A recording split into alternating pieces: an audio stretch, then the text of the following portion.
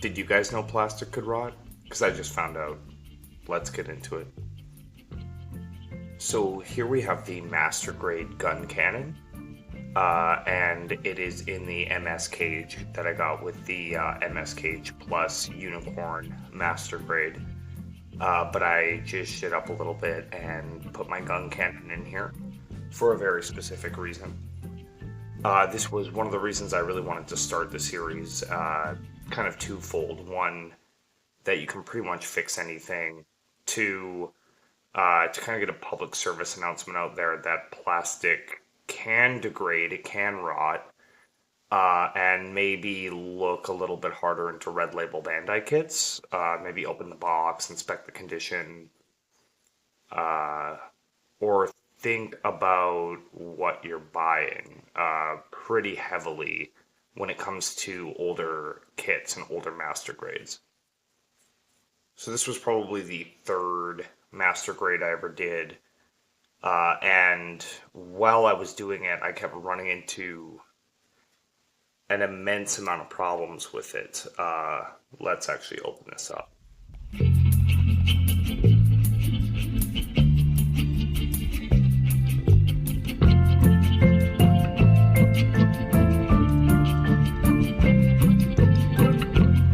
So this guy here, the original plan was to blackline him like the line art, so that he looked like the original anime line art. In terms of that, I feel like it actually came out quite well. I did not top coat the red pieces. I kept it glossy. I always imagine, the gun tank fresh out of the factory looking insanely glossy, almost toyetic. There is no backpack on this guy, and we'll get into that. So you might notice that the waist is wobbly. So what happened here was I was building this, and I was like, I'm gonna totally paint the core block. You can even see there's a little painted Kai Shiden in there, and the little decal that says Kai Shiden. A lot of fun painting this block. So I went for this instead of the transformable core fighter that is color accurate. This is just one piece or two pieces, and you have to paint this all and detail it up. So then I was thinking, well, you can't really see that, but that's a fun little gimmick, right? Open that up, you can see some of the paint I did in there. And then this has almost a connection that looks like an electrical socket. Two flat pegs on the waist. And essentially, and I believe that goes onto a peg, a normal peg. And that connection, you can actually see. So when I broke this piece down here, I figured no big deal. It's just the connection. I'll figure out a way to fix it. And then as I kept building the kit, things kept snapping on me. The posable fingers snapped. The actual buildable core fighter snapped. The pegs for the shoulders snapped, so I'm very careful with moving these arms. I basically don't move them. The ball joints for the legs here have broken and needed super glue at some point. One of these legs here. So essentially the kit was falling apart in my hands and I was wondering what the hell was happening. So I looked into it a little bit and it was mostly all pieces from, I believe, Runner E on the Guncannon. Oh, also the pegs for the cannons broke off. So I call this thing the Uncannon. I just covered it with extra plastic from the kit. Actually, like this side panels right here, I just broke them off and glued them on there. And now it's basically a castrated gun cannon. Any peg, anything that was a ball joint, just snapped right off. So the problem with it was that runner is ABS plastic. And ABS plastic, if you guys don't know, does degrade. It degrades especially in sunlight. but it can just degrade with age, it seems, because both of the kits I got were from 2000 or before, and the ABS runners were still in the bag. But when I cut the pieces, they had a specific sort of crunch to them that typically you don't hear unless you're cutting something wrong. Me and my friend cut up a runner of this kit, and all of the runner was hollow. So it seemed like in the middle of the runner, an air pocket had formed and expanded, is my theory, or the plastic degrades from the inside out over time. I don't want to scare you guys, but build your ABS kits before it's too late, I would say. So essentially, as he was crumbling, I decided to do like a half-built thing with him. And, dry brush the inner frame. I still should go in and do some more detail on this inner frame to kind of match the detailed core block here. But I figured, you know what? I had this guy, and then I got the MS cage pretty recently. I just hand painted on details and dry brushed. I should probably edge chip this thing a little bit more just to make it not like get lost in the darkness so easily. But I don't want to take away attention from this, although they're not exactly in the same style, with this being a little bit more hand painty and this being more like cell anime. But they do kind of match. And there I have a little 1/100 scale Laron from Tournai Gundam. It's the only painted mini I have.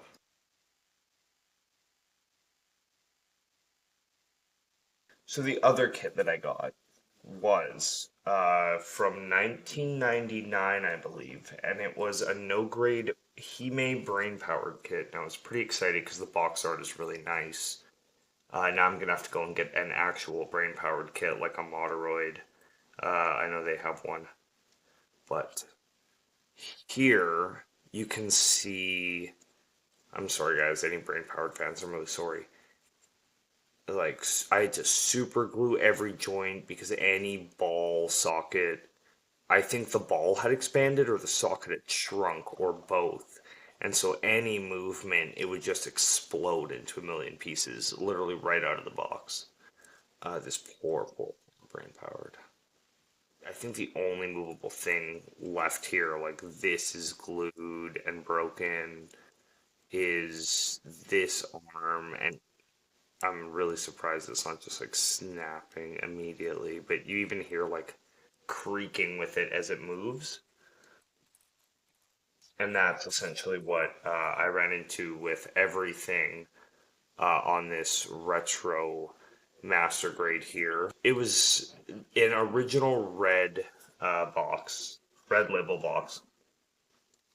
And red label boxes typically, people hunt them down or like them. Uh, the molds will be brand new, things like that. But with Bandai kits, the molds are usually so high quality. The quality assurance on the runners is so high quality that you don't really need to worry about getting a reprint of a model. I still do have this fun Hime from Brain Powerd I can paint up at some point. But I don't have a brain for her anymore. So that would be kind of weird to paint up Hime and not have her brain. So, quick little diagnosis here. Already went over the major problems, but I actually really do like this guy on the shelf. I think he's fine. This antenna in the instructions, it's weird. I somehow put this antenna on wrong or this one on wrong. There's supposed to be posability with this antenna. There's a little bit of posability. And this one, I think I put it in backwards, almost snapped it, and then glued it to be safe. I do kind of, it's really messy, but I do kind of like how I did the messy outlining with the black. It does make it look very retro. Another mistake that really bugs me and keeps me up at night is the 109 and the 108 are the designation numbers for the two gun cannons in the movies. And in the movies, Kai and Hayato both get a gun cannon. The gun tank is mostly non-existent in the movies, but 108 is the designation for Kai Shiden, and 109 for Hayato's gun cannon. And I really like Kai Shiden, so I made this Kai's, but I broke the 108 decal. I think the one on the leg I broke, so I ended up going with 109. But Hayato is my gun tank pilot, so I can't have that. I am holding on to all the little 1/100 white base crew because I do want to do a little diorama of all the crew. I think I just need this Slegger and Mirai are the two that I'm missing from the white base crew, but I have like Hayato, Kai, Ryu, Amuro, Bright. Painting up those minis is not too fun. But I've gotten a little bit better at them. So, yeah, this guy has a pretty rough seam line at the side of his head. But that's quite hard to deal with at something that size unless you really bust up the knife. And even then, you know, you don't really notice it until it's on camera. That's otherwise, though, yeah, besides not being able to pick this guy up without holding both parts, I'm actually pretty happy with how this guy turned out. I can't really complain. I could go in and actually even do more to him. It does bug me.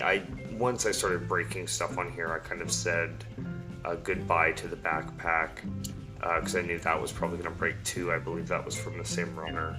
That's sticking out. And no cannons. He basically can just wrangle stuff with his own hands. He literally can't even hold the gun anymore because the gun holding hands also broke. So he just kind of stands here waiting for maintenance from the crew on this massive structure here.